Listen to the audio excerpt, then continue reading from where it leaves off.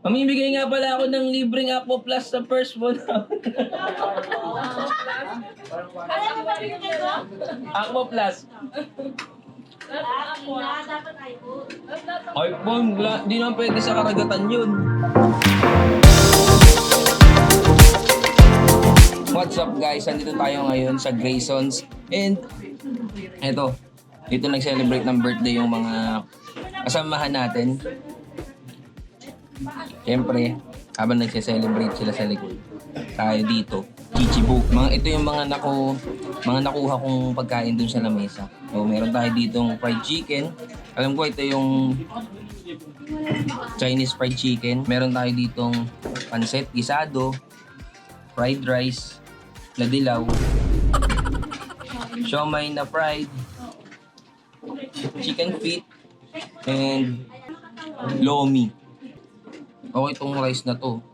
Parang beefy yung lasa niya. And meron siyang mga tidbits. Kahit ito nga lang eh. Wala nang ulam eh. Pwede na. Malasa. Ito naman natin yung siomai.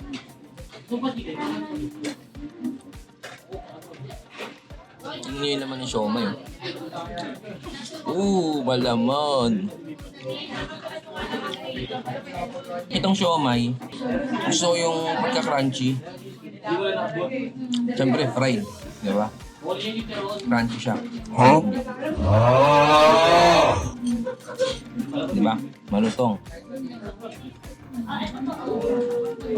Busog na busog sa karne. Yung loob ng siomai. Super malaman. Baka apat ka lang nito siguro, busog ka rin. Sige po. Okay po. Yung driver na sinama sa outing, okay lang po ako dito. Next time natin Kalatagan. Ito, chicken feet. Tingnan natin. Gusto ko yung texture niya malambot. Tapos yung sauce. Tamang-tama lang dito sa rice kasi yung rice malasa siya. Tapos yung sauce nitong chicken feet. Hindi siya ganun ka-strong. Pero sulit naman kasi masarap. Ito yung pancit gisado.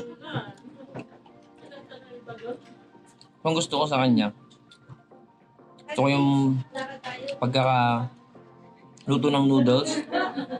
Hindi siya yung overcook na dikit-dikit. Hindi rin siya yung kulang sa luto. Tama-tama lang.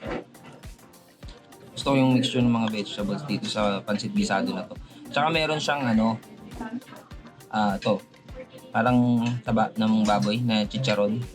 Yung medyo nagpapastrong na lasa sa kanya pagka nakakakain ako nun. Hindi siya mabigat sa tiyan, yung pancit. Kasi napansin ko, nakaubos na ako na isang plato ng rice. Tapos naubos ko pa tong kinuha kong pancit. Ito talaga yung hinili ko kasi ito yung paborito ko. Fried chicken.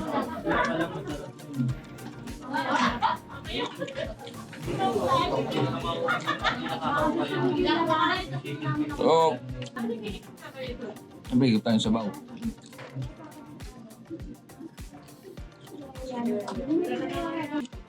Tama-tama lang yung lapot niya guys. Happy Taob!